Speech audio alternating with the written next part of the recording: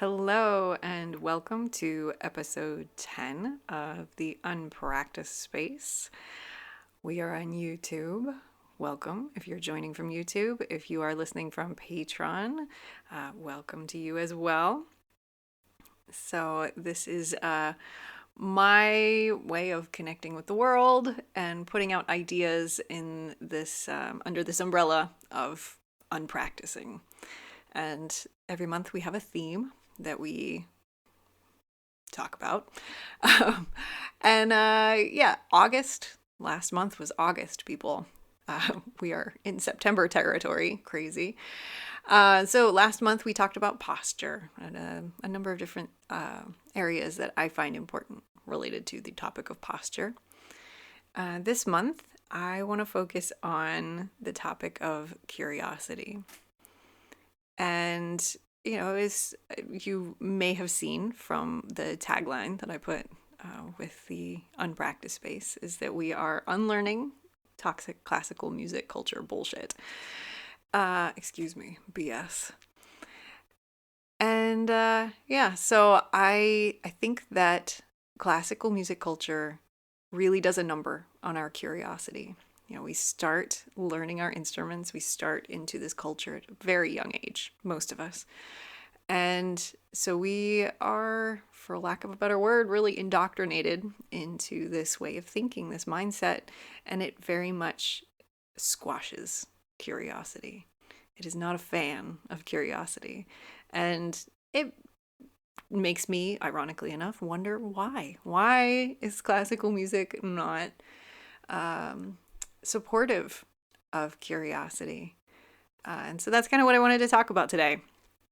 So starting back though, maybe at the beginning, if you will, about what curiosity is. And it's another one of those things. So 2 months ago, if you were joining back in July, our topic was play. And play is very hard to define. And guess what? Curiosity is too. I found a great article in the Neuron Journal talking about curiosity and some studies related to curiosity. And I liked that they chose not to really define it because it was too hard to define. There were just so many variables and so many opinions. They just chose not to define it and think about more the motivations behind the information you're seeking. I agree, it's hard to define, though I think there are a few things that we can say about it, as in curiosity is genuinely wanting to learn and connect with the world around you. It's not manipulative. It's not weaponized question asking. It's not needing to know all the answers right now. It's that process of seeking information more and more, not the hoarding or accumulating, the assimilating, if you will, being a Borg of curiosity. Don't be a Borg of curiosity.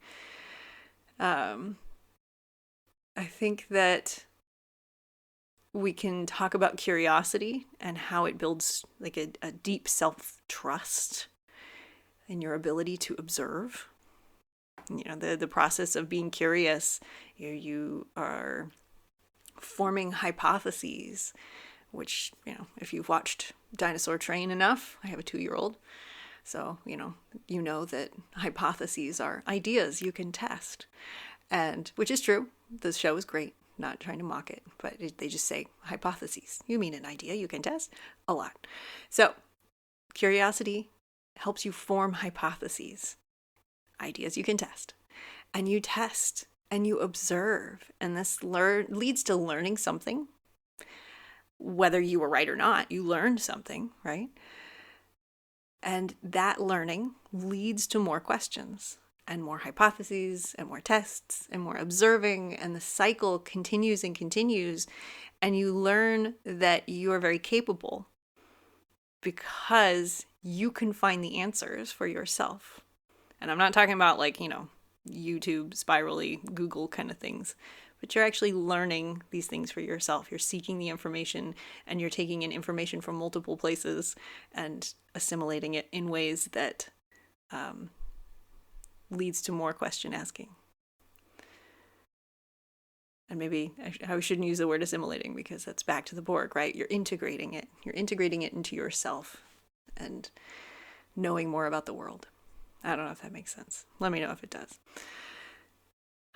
So, classical music culture, going back to that.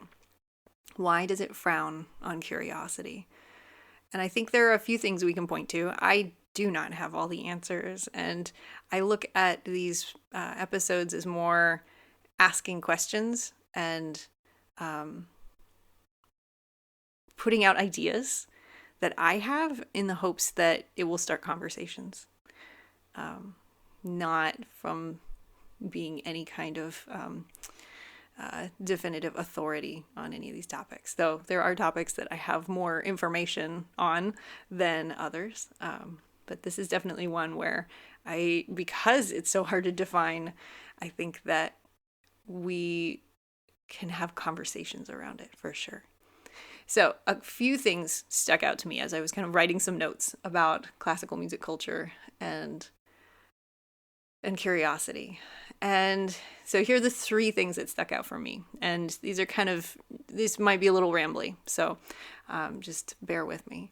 But the first thing that came to mind was conformity. We really, really actually do want to put ourselves in a box, right? For the sake of classical music, there are industry standards, there are performance standards, there's clothing standards, there's hair standards. I mean, there's so many standards throughout the whole industry. You know, if you play in an orchestra or an ensemble of certain sorts, you don't want to stick out, because when you stick out, you get in trouble. And that's not fun, because you want to keep your job, or you want to be able to get the next better job, or all those things.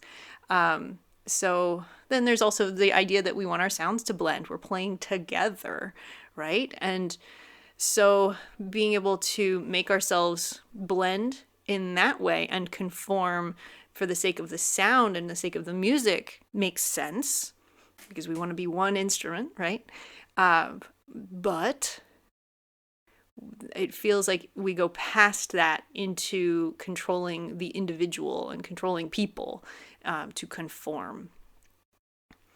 So we're taught to defer to experts, teachers, history, everyone and everything except for our own selves.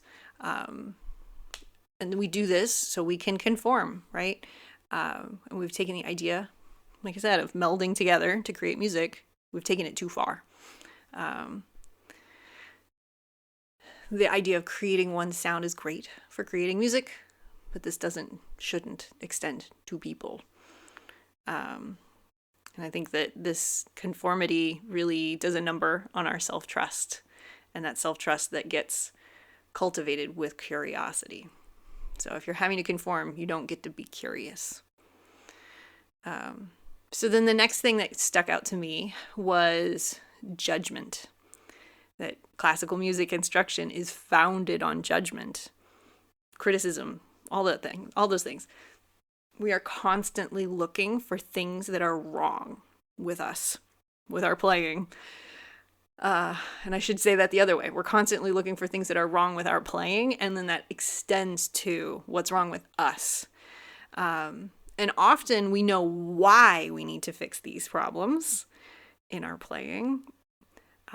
Is to gain admiration from our teachers, peers, colleagues, audiences, critics, or to win the job, to get selected for a prestigious position, to make more money, fame, all the things that we feel our career depends on. Those are our whys to fix the problems, but our curiosity rarely extends beyond imagining what fixing our problems will get us. And I think that goes back to that idea of curiosity and the motivations behind the info seeking. We're not necessarily, if we're looking for the why we need to fix our problems, we're not necessarily connecting with the rest of the world in that genuine way. That's not connecting with the music. That's not connecting with ourselves. It's coming from a place of maybe some scarcity and fear. And then the last point I would make is that there's an authority aspect. And maybe that goes back to conformity and judgment. I mean, these are all probably, I'm sure somebody could make a really pretty little Venn diagram. But the authority, like needing to be the smartest person in the room. Like classical music culture is a hierarchy, right? We have this hierarchy of people. And if we've deemed that we are an authority in the room, then we need to be the smartest person in the room. And we cannot be wrong. And there's an egoism in that, like, I'm classically trained. But you go into a gig where, yeah, everybody else is maybe not.